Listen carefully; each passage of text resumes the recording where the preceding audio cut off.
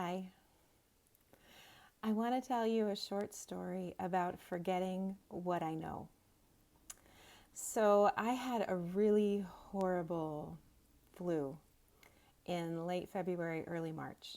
So bad that I actually went to the doctor, which is something that I don't do. And I got, a flu test and a strep test, and I failed them both. I didn't, I tested negative. And the doctor looked at me and said, you have a flu-like syndrome. Go home, rest. There's nothing we can do for you. So I did that. And about a week later, I started to feel happier to be alive. My daughter came home from spring break. And a few days after that, we found out that she'd be going back to school to pack up and move out. And we were locked down a couple days later. And I was supposed to give a recital on the 15th of March, which I had already canceled because I was too sick to sing. But at the time the lockdown started, I had not been really able to sing successfully for about a month. And the lockdown just kind of froze everything in me up, you know.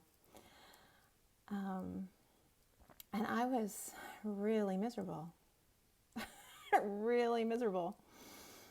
And I realized how much, not only do I love teaching people in person and being with other people who are singing, but I realized that a big part of the thing that I was missing was actually feeling the sound of other people's voices wash over me, move through me, feeling the vibration of other humans' voices. And I was starting to go a little nuts. And then it was becoming time for my daughter's 21st birthday. And if you have children, you may know this experience of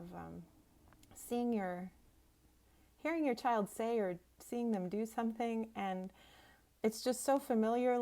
You remember you saw them do that the first time, and it might have been when they were 2 or 5 or something, just a little, the way they turn their head or the way they flip their arm, or I don't know. And so parenting is this kind of amazing process of being in the present but also the past at the same time, and usually having anxieties about the future. You know, there's a time travel about it. There's being in more than one place at a time.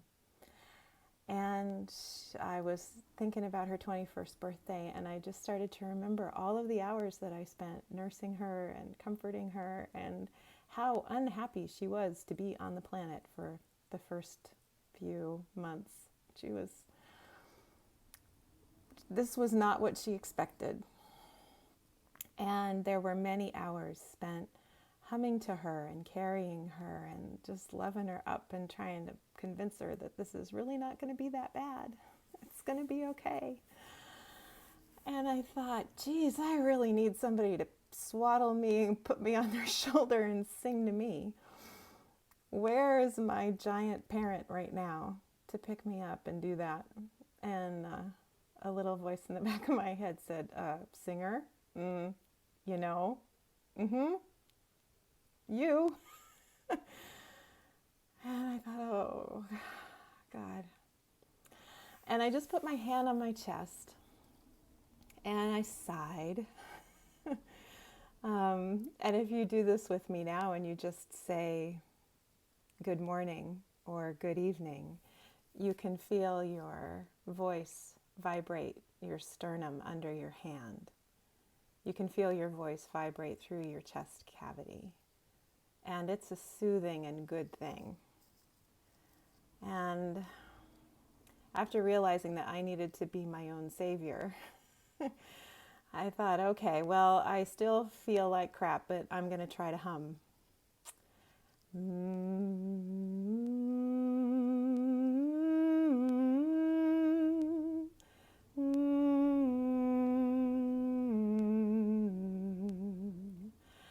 And I started to feel better. I honestly started to feel better. Feeling my voice move through my body, move under my hand. It was like medicine I had long been missing. And if you're a singer or if you're not, this is true for you and your body and your nervous system too. When we take a breath for singing, it's a low breath. It's a low breath that expands the belly, expands the rib cage. And it makes feeling like you're in fight, flight, or freeze a lot harder. It counteracts that fear, amped up response. So if you take a breath right now and let it feel it expand your belly, and just hum a little bit with me.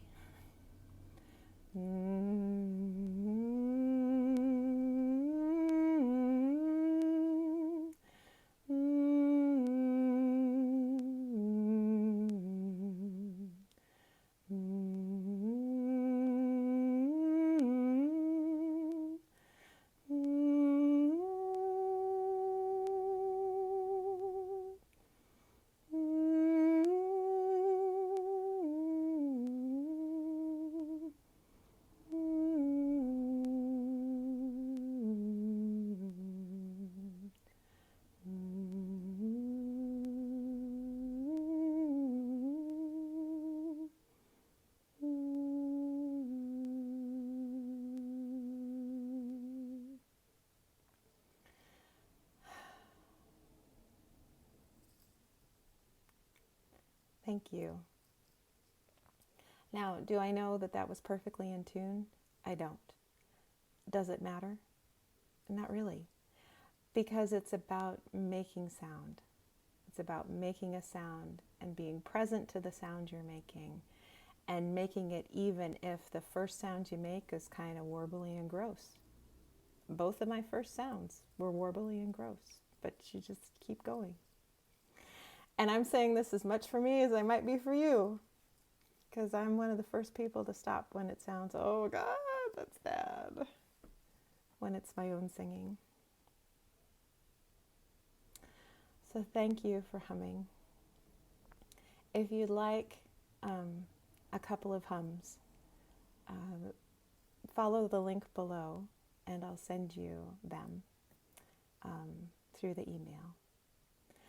And I hope to see you here again soon. There's a lot more about humming and singing yourself better that I have to say.